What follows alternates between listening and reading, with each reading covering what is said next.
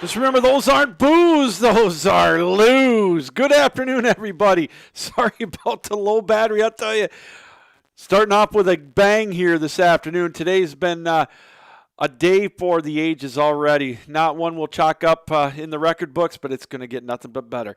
Good afternoon, everybody. Captain Lou here with you behind the wheel, or if you want to call it, in the chair till 2 o'clock Eastern time with another edition of the Captain Lou Extravaganza, live here on the 12-Ounce Sports Network. Hope your Wednesday is going a little better, starting a little better than mine this afternoon. We welcome those of you that are spending your late lunch hour, if you're on the eastern side of the country or your central time zone, just starting with your lunch hour. Glad we could be a part of it. Or if you're in your morning hours out west and parts beyond, good morning, and I hope your Wednesday's starting out great. No guests today. We're just going to ramble for an hour here this afternoon. It's the eve before the NFL Draft 2020, and we're going to have complete draft coverage here on the 12-Ounce Sports Network. Pretty excited about it, as we're going to be live tomorrow night. Yours truly and Logan Ward are going to be your co-hosts tomorrow night, 7:45 Eastern time on the network, as we're going to go right along with the draft throughout the whole first round. And one of our special guests will be Todd Corder. He's a regular contributor to the show. He's going to be giving his analysis on it as well. So should be a lot of fun. We hope if you want some entertainment, I know the talking heads are going to be on the four-letter networks, but I think we might be just as much fun, if not more. So we invite you to maybe turn down their sound and tune us in tomorrow night. We'll be live here on the 12-Ounce Sports Network with the 2020 NFL Draft live, brought to you by us here at 12-Ounce Sports. So again, that is at 7:45 Eastern time. Tune us in, and we'll be live. You'll see my ugly mug going through the NFL Draft. I've got my Captain Lou mock draft 1.0 or 1.0 mock draft, however you want to call it, here this afternoon, and I'll go through it. Then I'm going to post it afterwards on the Captain Lou Extravaganza Facebook page, as well as my Twitter feed, which is at The Real Captain Lou, and we can all throw darts on it, because I'll tell you, it is just absolutely amazing. There's a lot that's up for grabs. I mean, really, if you're 100% sure on the first pick of the draft, which I'll tell you, I will be shocked. It's like I said last night on the show, and I said last couple days, if Cincinnati does not take Joe Burrow, I will let this dome grow out for a whole year. I will not cut my hair. You probably won't notice the difference anyways, but Joe Burrow has got to go number one. I just have a feeling. Now, I'm not saying he's the best quarterback in the draft, and I'm not saying he's a generational type quarterback. That's going to remain to be seen. If I had to put money on it as far as put our house on, I would say no. I don't think he's a generational quarterback, and there's some reasons for that, and I'll go over that here in a moment. But that's got to be my first pick of the draft. But I'll go down my list here as far as I can get it in the hour, and we can talk about it or whatnot. And I put on my Facebook page what is going to be your top 5 picks of the NFL draft tomorrow, from Cincinnati down to the Dolphins or maybe even the Chargers. And for most of my friends are Lions and Packer fans. What are the Lions going to do with their first pick? They're going to trade it? Are they going to actually keep it? What are they going to do? Are they going to get Okudah? Are they going to go for Simmons? Are they going to draft Tua? Who knows, man? With Detroit, you never know. And the Packers, are they going to go after a wide receiver with their pick down towards the end of the first round? Are they going to trade up? Are they going to draft a quarterback? I wouldn't be surprised if they do that, and I'll give you my reasoning for that. But or my last question on there, do you really care? Are you going to watch the draft? I hope you do, and I hope you watch it with us tomorrow night, as we'll have coverage, as I said, from the start to the end of day one of the draft. And also, Mike said it first, is going to be doing a little post game, if you will, tomorrow night after our show. So we got a full night of coverage of the draft tomorrow night. Really looking forward to it. It's going to be a lot of fun. So again, I'll go through my mock draft 1.0. And it's going to be without trades, just so you know. There could be a bunch of them. There could be none. But I got a feeling there is going to be some trades. And like I said, this is one that I think is one of the most anticipated drafts, obviously because there's nothing else going on, unless you're a pro wrestling fan, which that's going on. But as far as the NHL, the major 4 sports, major 5, whatever you want to call it, there is nothing going on. So the draft gets the spotlight. People are itching for it. That's all we've really been talking about. And so this is going to be much anticipated. Also, is the draft going to go on without a hitch? It's going to be a virtual draft pretty much, and with no contact and none of the hullabaloo going on with the big draft plans that were in Las Vegas. What is going to become of that? So that's going to be interesting. It's going to be kind of a retro draft, if you will, with drafts from back in 1975 and whatnot, when you just gave your pick to Paul Tagliabue, before Paul Tagliabue, Pete Rozelle. There we go. And he announced it, and a lot of times you had to wait till the next day to find out who your team drafted. And also back then there were 17 rounds, I think, which we don't have that anymore, obviously, just 7 rounds. So anyways, that's what I'm kind of looking for in that. And obviously with the trades and whatnot, how many draft day trades are there going to be? How many during the draft? We haven't had any yet, and we're about 31 hours away from the first pick of the draft. So it's going to be interesting to see. If you're the Lions, Bob Quinn has said that if he makes a deal, he's going to make it the afternoon of the draft, which would be tomorrow, which, he said he doesn't want to make one last minute. So take that for what it's worth. I know this is the big lie, as they say. They've got New York saying that they're looking at Justin Herbert. Yeah, right. And, my beard's going to turn to jet black again. So that if they draft Justin Herbert, I will fall off my chair tomorrow night during the draft. So that's not going to happen. But anyways, we're going to get to that here shortly. In about 6 or 7 minutes, I'll begin that. I just wanted to touch on something. I got an email after my show last night talking about The Last Dance, the documentary about LeBron James, and just really ripping on me, which is great. I loved it. And I sent him a reply, and he answered me back. But it was good banner. SweetLou1965@yahoo.com is my email address. That's sweetlou1965@yahoo.com if you want to email the show. And it was kind of funny. I mean, he ripped me about how I took Scottie Pippen to task. And he said I should put my personal feelings aside. Well, number one, it's tough. We all have a passion, and I would never tell anybody to put their personal feelings aside. You don't like a guy, you don't like a guy. Now, hate's a strong word. I don't hate him.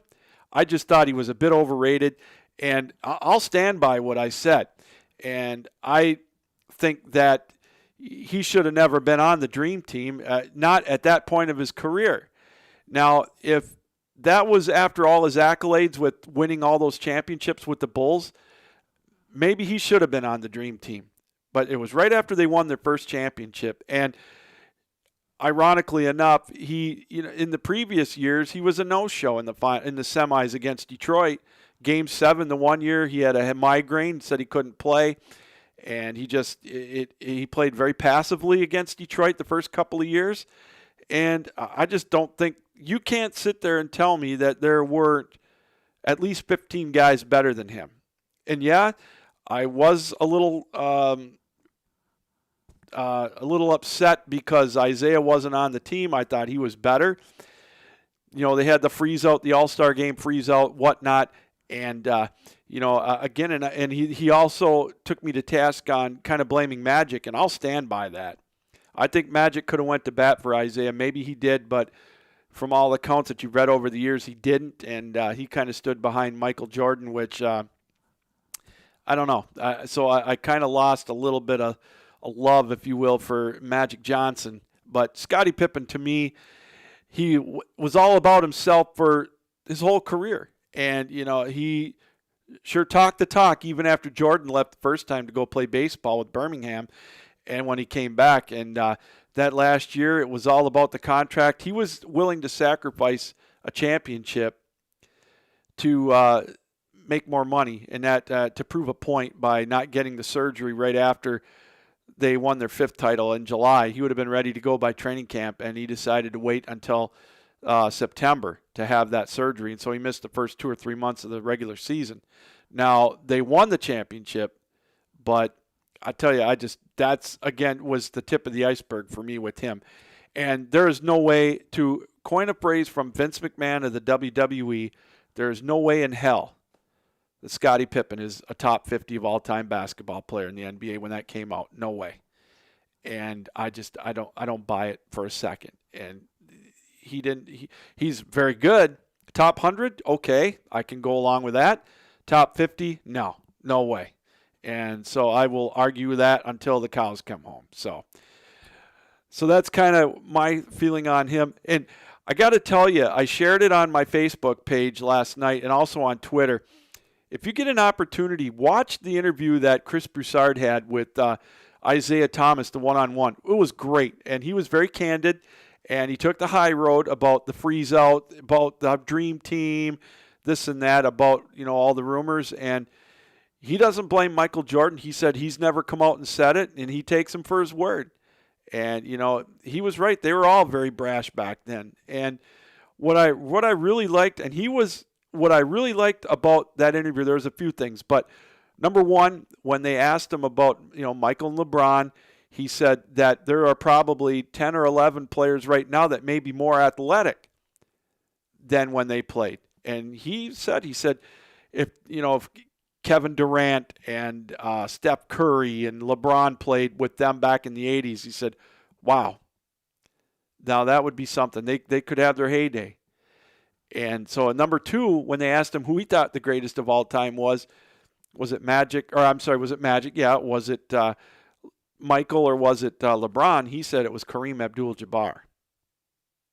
And I thought that quite interesting. And he was very dominant when he played. And, look back at all his accolades. Of course, he's the leading scorer of all time. 6 league MVPs in the 70s. That is very, very good. And he was money. I mean, all the rings that he got. He was definitely one of the best players of all time. He's in my top 5 for sure. But I'm still sticking with Michael Jordan, number 1. I've got him, and then I've got either LeBron or Kareem at number 2, and then number 2, number 3. And I got Kobe in my top 5, probably at number 4. And number 5, either Kobe or Larry Bird, 4 and 5. And then Magic is right there. So, I mean, maybe you got Magic ahead of Larry Bird. I don't know. It's so difficult. But that's what we have these lists for.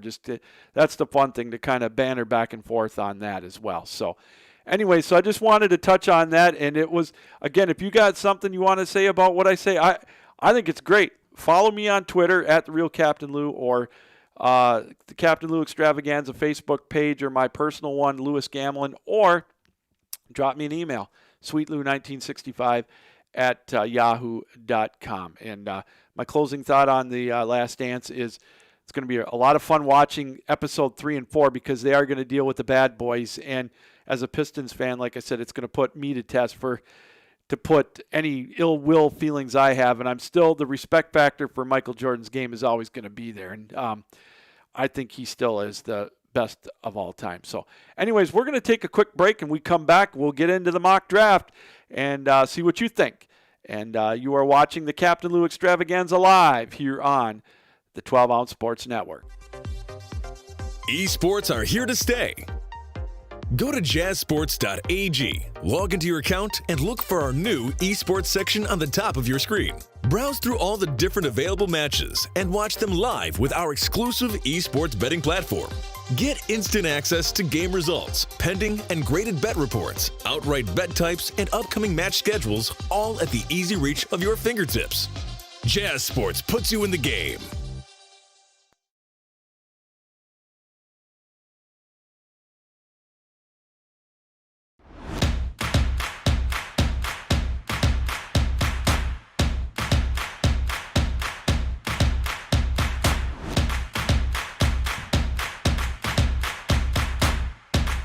Drinkade, ready for distribution worldwide.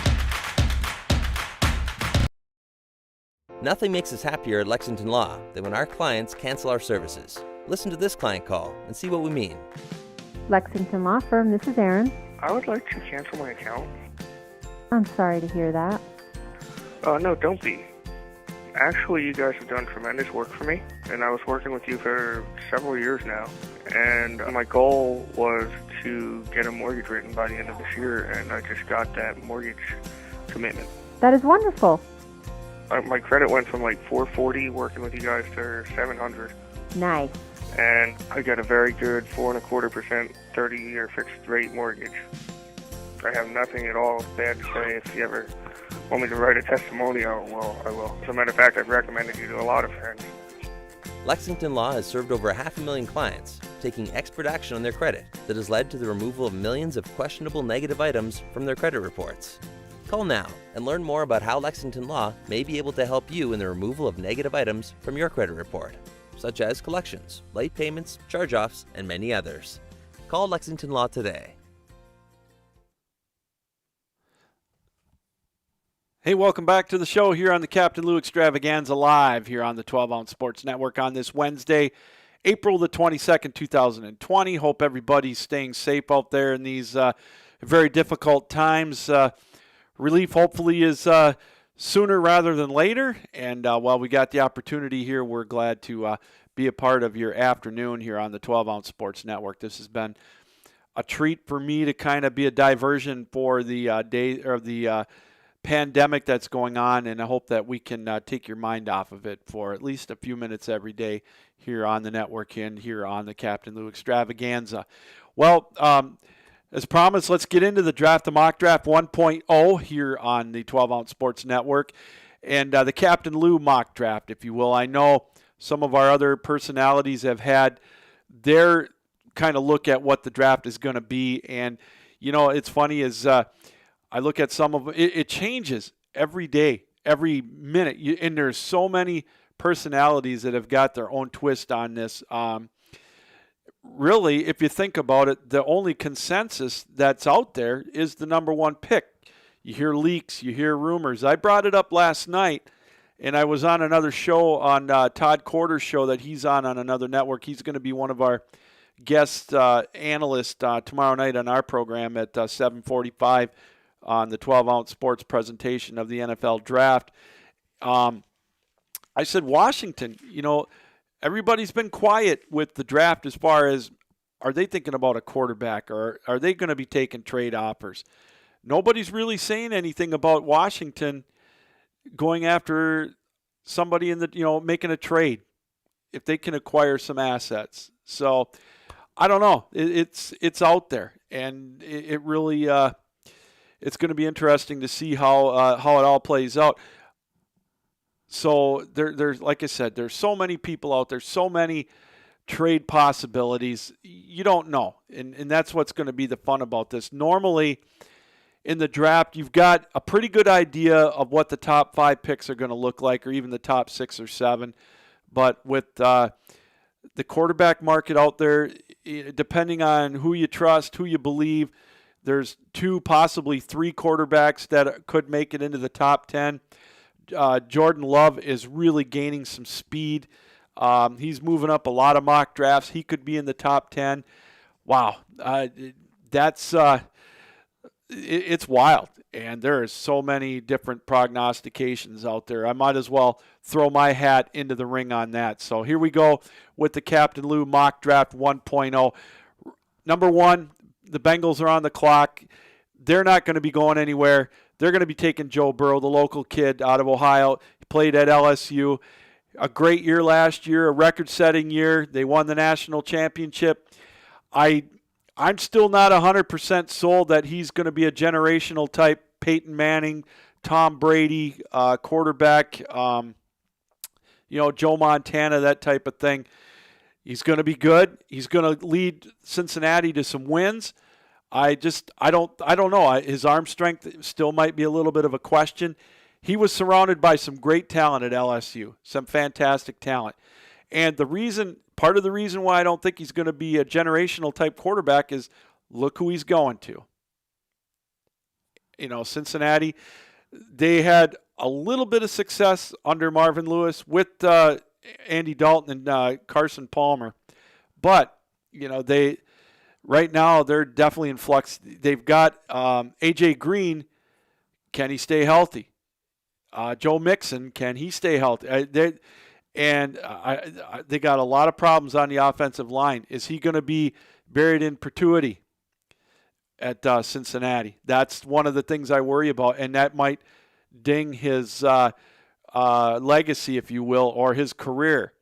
He's got a chance to be very good. Is he going to be something like a Matt Stafford who will give you numbers, but Matt Stafford has not been surrounded by the greatest talent that has ever been assembled in the NFL.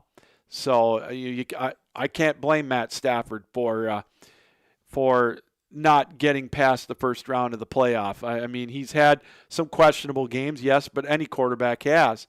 But let's look at what he's been surrounded with besides Calvin Johnson, a running game that's been absolutely non-existent. I could go on and on about that. But Joe Burrow, to me, he's going to be the number 1 pick in the draft. I don't see where he is, again, going to be a generational type quarterback. I don't even know if he's the best quarterback in the draft.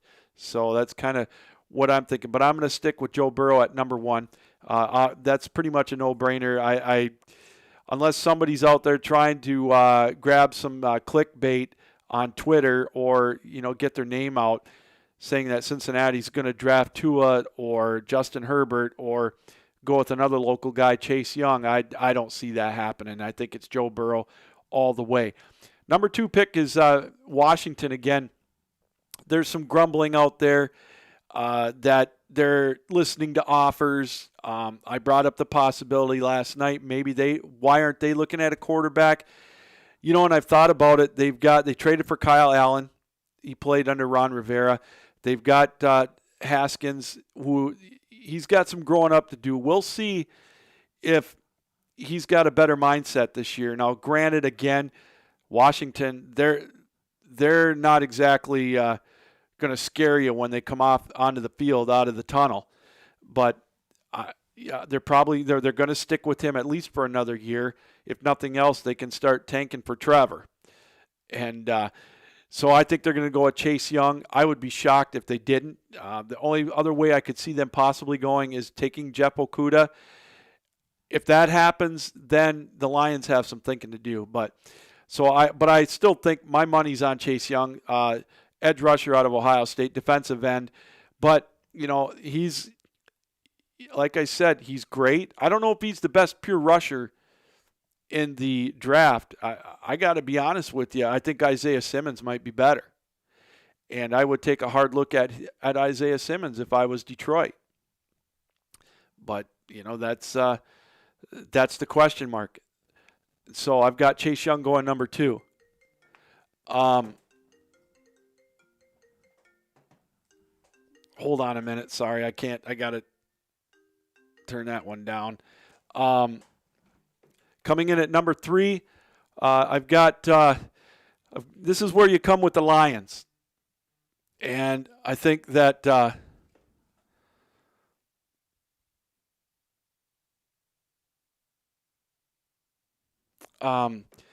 with number 3, it's all going to depend on, there's so many different variables. And it just, there could be one thing or another. Listen, I hate to do this. I got to take a quick break. We'll come back and we'll continue with our mock draft. Just give me about 60 seconds here, and we'll continue. I'll be a little more concentrating on this. Get something I got to take care of real quick. You're watching the Captain Lou Extravaganza here live on the 12-Ounce Sports Network.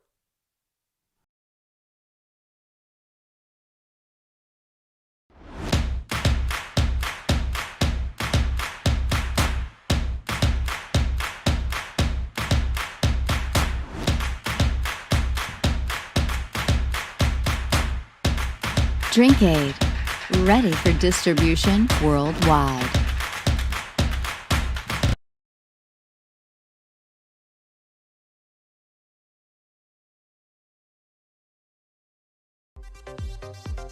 Esports are here to stay.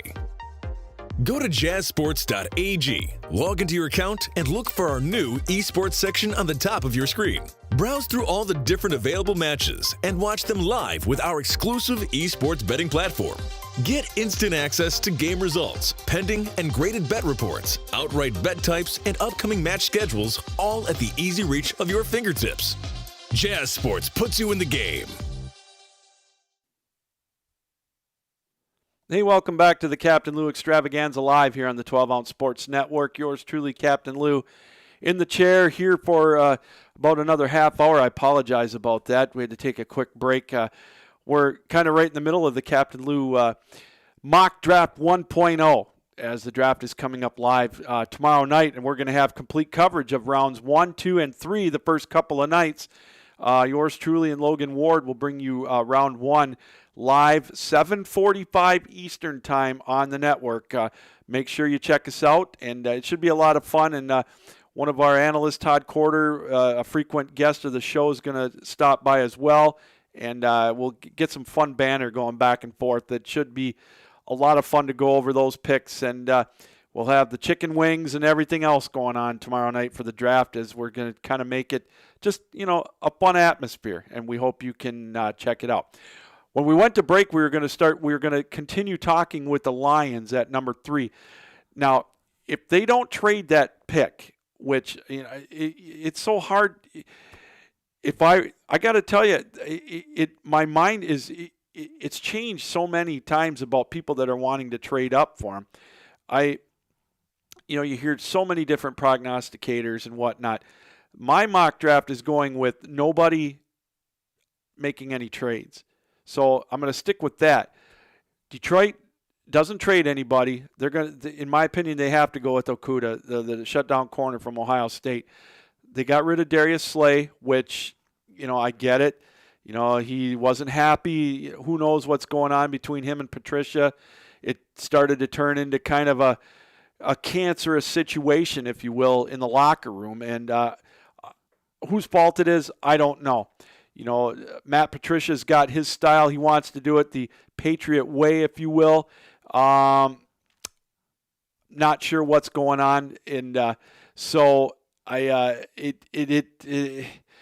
but anyways, he's gone. So Detroit does need that shutdown corner. They've got Marcus Trufant. They got picked up as a free agent from Atlanta. I like Jeffrey Okudah. I think he's a guy who can step right in. Detroit needs that desperately. They need so much help on the defensive side of the ball. I'm going with Okudah. Isaiah Simmons, is not a bad edge rusher. Obviously, I think he's one of the best ones in the draft. But I just think Detroit, with the 3rd pick, will take that, and they'll go with Okudah. And in my perfect world, as a diehard, suffering, masochist Lions fan, still waiting for that first Super Bowl appearance for Detroit. In my perfect world, the Lions would trade with Miami and get Miami's 5th pick and also the 26th pick in the first round, or ideally the 18th if Miami was not intelligent enough and give us that one instead. But I would do that in a heartbeat if I was Detroit, and that way Okudah will still be there at 5, but he's going to be there at 3. I think Detroit's got to take him, and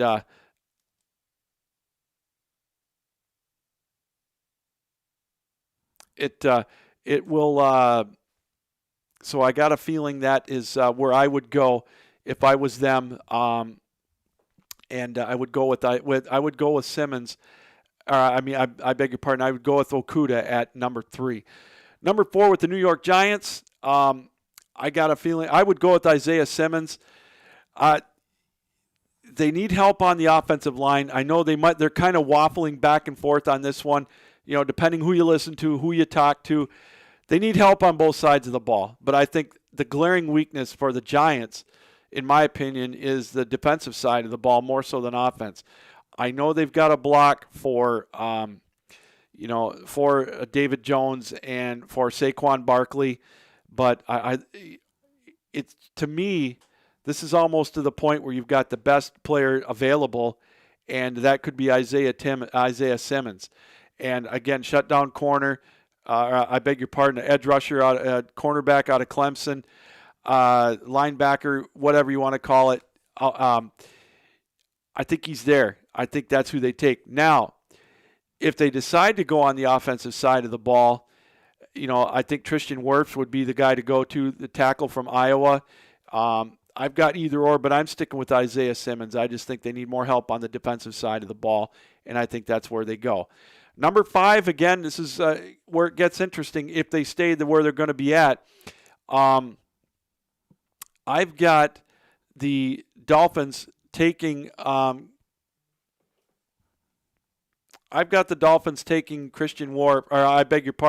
Justin Herbert at number 5. I've waffled back and forth on this one with him and Tua.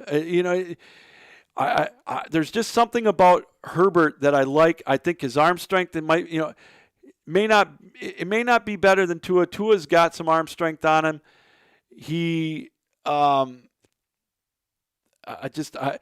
What really scares me about Tua is his health. I'm going to be upfront, and if it weren't for the injuries that Tua had, I could say you could legitimately say he's the number 1 pick of the draft. Some people have him as the best quarterback, but also the draft, the way it's looking now, the draft is starting to it's falling. Tua's value is falling even further. I mean, he could be going down all the way down to number 10 or possibly further than that. I don't see him going any further than that, but I watched this morning, you listen to all these prognosticators and they talk to these GMs, and a lot of them are saying that, hey, Jordan Love, his stock is rising. He's intriguing. And I said, Jordan Love's a good quarterback. He probably had better stats last year and his numbers were a little bit better last year, but you know what? Jordan Love was, this year he didn't have the same talent. But is he up there with Tua? Or with Herbert? I don't see it. And Tua's a winner, just like Burrow. They've both won a national championship. Tua got injured. I still think that LSU would have won even if Tua was healthy. It would have made for some great – it makes for some great fodder now with all of us. But, it's interesting to see what's going to go on with that. And I really but with the Chargers at 6, unless something crazy happens and Simmons is still available, which I don't think he's going to be, I think that Tua goes to the Los Angeles Chargers at 6. That's where I've got him. The Panthers are next on the clock at number 7. I've got the Panthers taking. I've got the Panthers taking Derek Brown. the defensive tackle at Auburn. Now, he's a run stopper. That's something that they need desperately on the defensive side of the ball. They're getting a little bit long in the tooth are the Panthers on the defensive side. And I love the Derek Brown pick, the defensive tackle out of Auburn.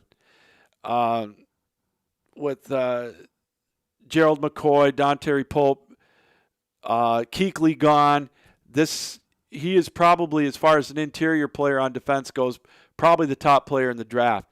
Now, there's been talk that Detroit might look at him at 3. I think Detroit needs they need a shutdown corner more than Carolina does. So I'm going to stick with Derek Brown at number 7, going to Carolina. Now, there's been a lot of talk about Carolina being involved in trade talks. Atlanta's looking to move up to maybe as high as number 7. Atlanta's looking to maybe move up to 3. There's so many teams that are looking at Detroit's pick that could, again, really change the look of this draft. But just for the sake of argument today, with no trades in the draft, I'm going to stick with Derek Brown going 7 to Carolina. And I think it's going to fill a big need for the Panthers on the interior. At number 8 is Arizona. And with Kyler Murray going into a second year, their first priority in the draft, I believe, is to keep him upright. And I think the best pick for them is Tristan Wirfs, the offensive tackle out of Iowa. Love him. Love him there. The only caveat on that, if he doesn't go, is if Derek Brown is still available at 8. And I don't see that happening either. I think Derek Brown's going to be gone at worst at number 7 to Carolina, unless, again, a crazy trade happens. But I see Tristan Wirfs going to Iowa. They're starting to build some talent around him, as far as you still have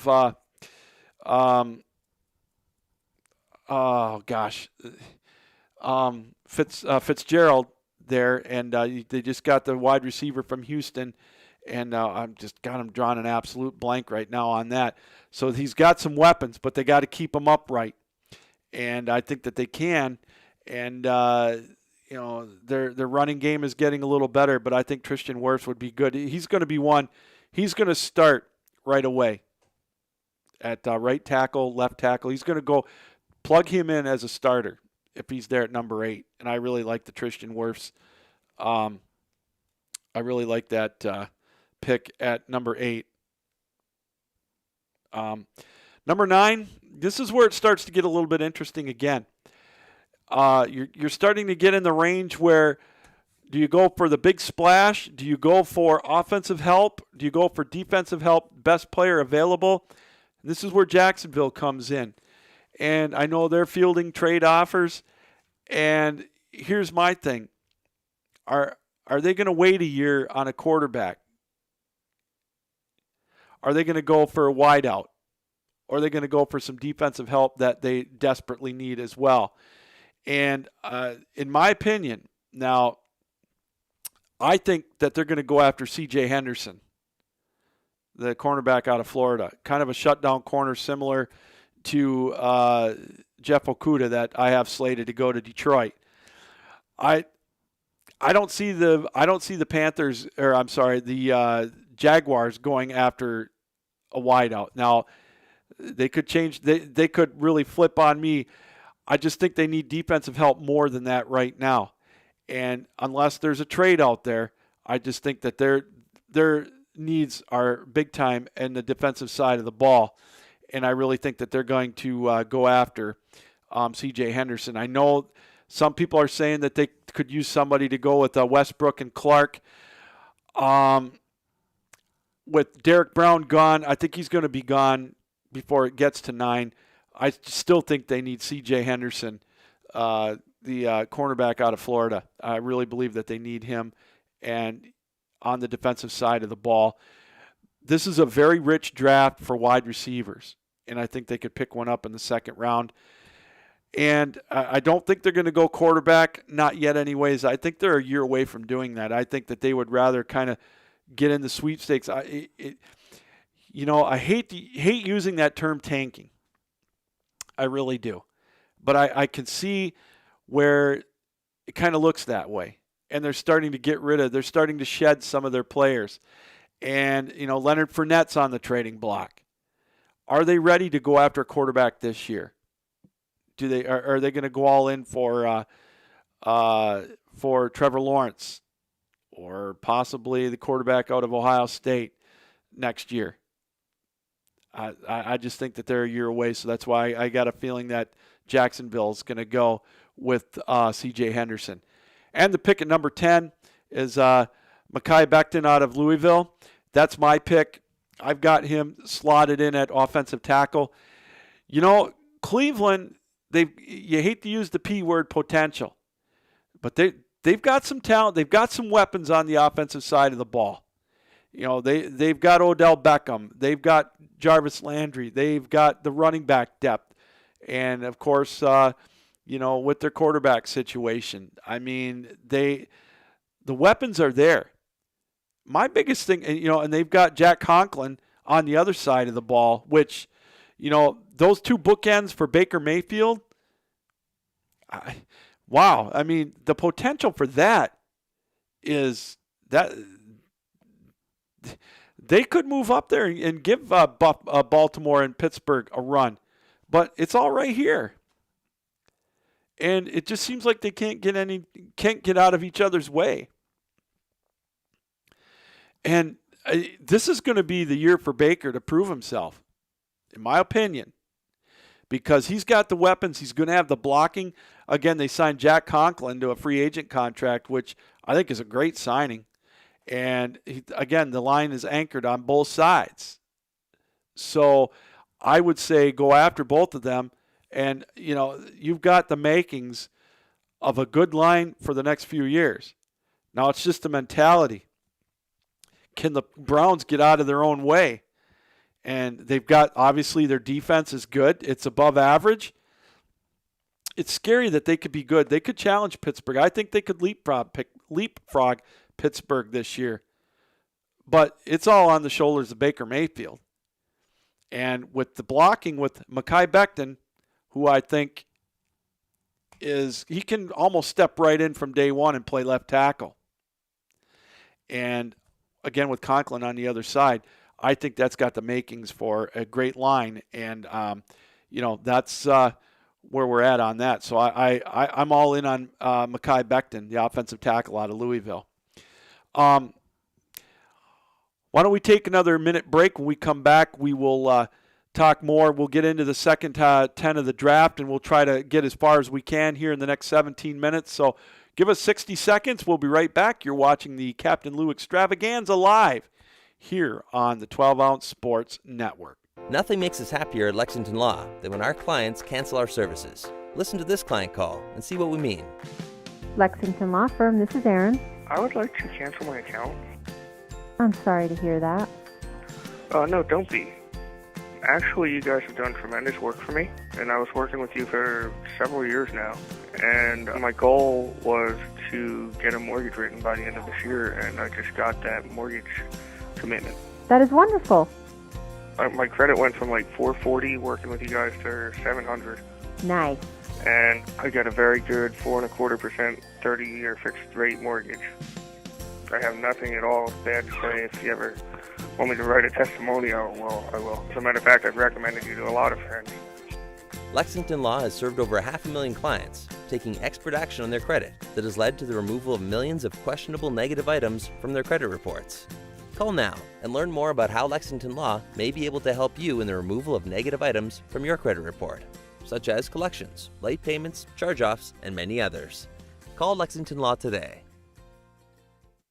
Hey everybody, welcome back to the show, the Captain Lou Extravaganza live here on the 12-Ounce Sports Network. Yours truly, Captain Lou, in the chair for about 15 more minutes, so let's keep going with the Captain Lou Mock Draft 1.0. Hey, don't forget our show, though, real quick, tomorrow night, 7:45 Eastern Time. That'll be the coverage of the draft here on the 12-Ounce Sports Network as we bring you round one. Yours truly and Logan Ward, our morning host. He had the Between the Lines. He's got a great show, by the way. Check it out, 7 o'clock Eastern Time in the morning every week here, every day on the 12-ounce Sports Network. Hey, number 11 on the list, we finished off with Cleveland. Number 11 with the New York Jets. This is where I think you're going to start seeing the parade of wide receivers. And my pick to the Jets is going to be CeeDee Lamb out of Oklahoma. I love his game. I think he's got the speed. He's got the smarts. His route running, him and Jerry Jeudy, to me, are 1 and 2. And they're very close. I'm not the difference between them is not, like a crater, if you will. It's very close. Judy's a winner, obviously, too. And they both got a lot of motivation to make a name for themselves, obviously, in the draft. This is a huge draft for wide receivers. There's a lot of depth. So there could be up to 5 wide receivers taken in this first round of the draft. But I'd like CeeDee Lamb's play. He and Jalen Hurts did quite well together. But Lamb, even before Hurts with Kyler Murray, they and with Baker Mayfield, they really did well together. And I really like the play of CeeDee Lamb. It's interchangeable, I get it. But I've got him going to the Jets at number 11. Las Vegas at number 12. They're moving into a new arena, a new city. They're going to be under the spotlight. And I think the first thing they're going to do is get a playmaker. And this is where I think Jerry Jeudy's going to step in at number 12. I really like him in Las Vegas. He's going to be put in the spotlight. Seems like a humble kid. He's been really good for a lot of years, obviously. Well, all these kids are. I get that. But I like his style, and I think he's going to really make a name for himself with Las Vegas. Now, the question is going to be, how many quarterbacks is he going to have to play with? Are they going to stick with Derek Carr? That's the question. But I really like the pick at wide receiver at number 12. I like Jerry Jeudy with Las Vegas. Number 13, San Francisco. This one I kind of went back and forth on a little bit. They need a playmaker as well, a wide out to throw to. And don't be surprised if they go after Judy's teammate. And I'm taking the bait on this one. I think they're going to go after Henry Ruggs, the third, the other wideout that's going in the draft from Alabama. Garoppolo, another weapon for him to go along with George Kittle. Their running game is kind of running back by committee, which, isn't all bad. There's talk that Matt Breida might be the odd man out, so who knows about that. But I love the playmaking of Ruggs. I think he's got an excellent opportunity. I think he's going to be very good. If CeeDee Lamb is available, I think the 49ers may take him. But I think he's going to be a very good complement to Deebo Samuel. And San Francisco's got a couple of first-round picks right now. But I think this guy, he could be what they miss from Emmanuel Sanders. So I'm going to go with Henry Ruggs III, wide receiver out of Alabama, going to San Francisco. Now, Tampa Bay's next up. And to me, I kind of wondered back and forth on this one a little bit if they're going to go on the defensive side of the ball. They want it. Here's another one. I think this is Tampa's weakness right now. Obviously, they're loaded with playmakers, and the jury's going to be out now with Tampa with the Gronk miser coming out of retirement. He's going to have to get rid of his 24/7 title with the WWE. But with Gronk going to Tampa Bay, they've got weapons galore. But for me, I think the big thing is Brady going to be able to throw to these guys without getting knocked on his behind all the time? As this is their weakness, Tampa Bay's, is their offensive line.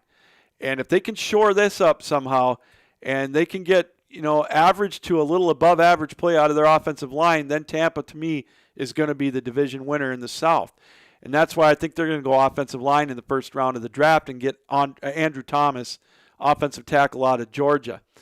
He's been a 2-year starter at left tackle for the Bulldogs, 3 years total. He moved over from right tackle. He's very versatile.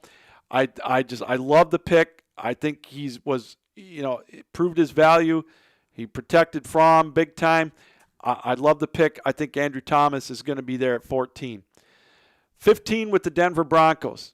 Now, I kind of wavered on this one back and forth as well. But I like Justin Jefferson, another wide receiver out of LSU. Kind of tough to not do very good when you've got Joe Burrow throwing to you. But his numbers don't lie. And he caught 111 passes last year.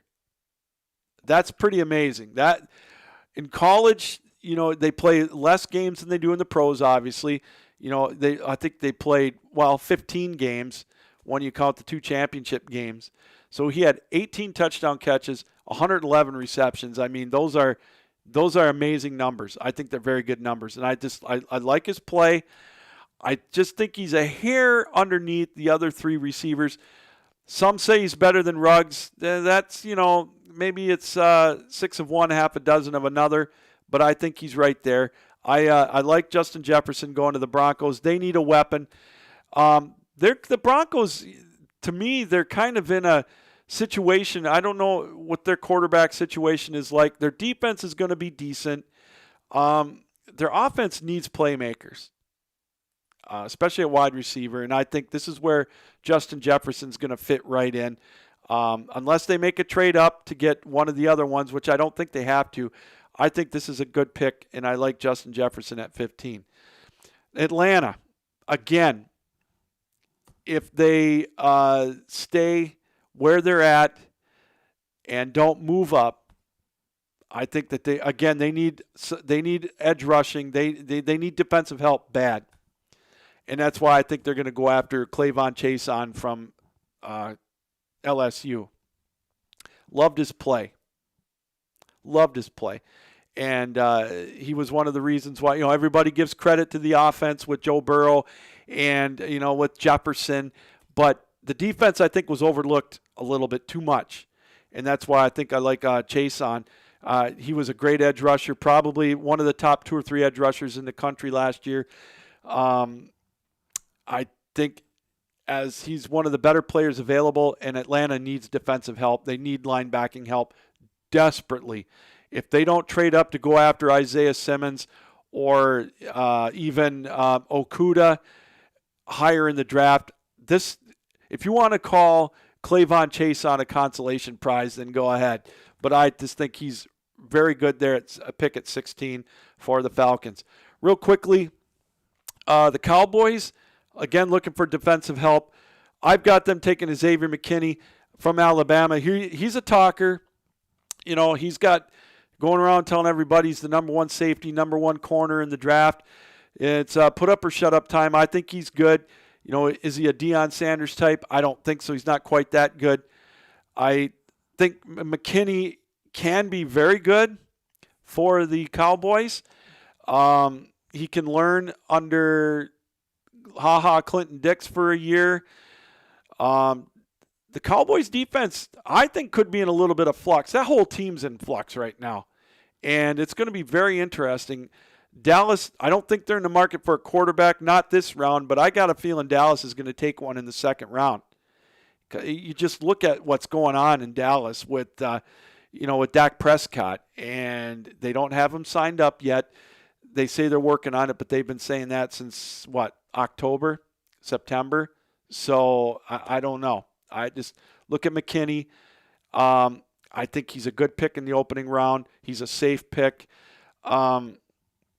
So I have him going there to the Cowboys. Miami with their second first-round pick. I've got Jarek Wills, a tackle out of Alabama. If you've got blocking, if you're getting that quarterback, if you're getting Tua or if you're getting Herbert or even Love, you got to keep him on his feet. And I think Jarek Wills, is a great pick out of Alabama at offensive tackle. 19, Las Vegas. I've got, again, they're making a splash on the offensive side of the ball. Here you go. I asked a little bit earlier who might be throwing the ball to Jerry Jeudy when he gets drafted by Vegas at 12. I've got Jordan Love from Utah State going at 19. If he's available. But again, I'm going with a draft where there's no trades. I love Jordan Love here, no pun intended. I think he's a little underrated. His value is skyrocketing right now, and he could be gone by 10. You could see a team like New Orleans trading up for him. Watch out for a team like the Patriots trading up to get a Jordan Love. They've got the cap room. That's what they're trying to do. You know, they say that they're okay with what they've got, but do you really think that Brian Hoyer is a good insurance policy? Is Stidham the man? We're going to find out. But if he's there at 19, I think the Raiders have to take him. And it's funny because when they made that trade, and I was right there with them for Chicago getting this first-round pick, you know, everybody called him foolish. But I'll tell you what, with Judy and with Love, there's some cornerstones right there. I know they've got Derek Carr, and I know they've got Marcus Mariota, but here's the thing. This is it for them contract-wise, the both of them. Mariota, you know, this is good for Jordan Love. He could sit and he could be mentored by both these quarterbacks more, you know, or he could really push them. And I love the pick of Jordan Love at 19. If he's available, they got to snatch him up. Just going through again, we're just about out of time. I apologize again, getting run a little long-winded. I'm looking at some of the the skilled positions that are probably going to be taken in the opening round of the draft.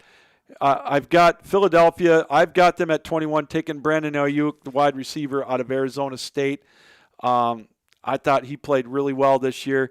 Minnesota, I've got them taking Jalen Johnson. I know a cornerback out of Utah. I thought maybe if Ayuk is available, they might go after him, but I don't think he's going to be there. I've got Miami with their other first-round pick. I've got them taking DeAndre Swift, running back out of Georgia.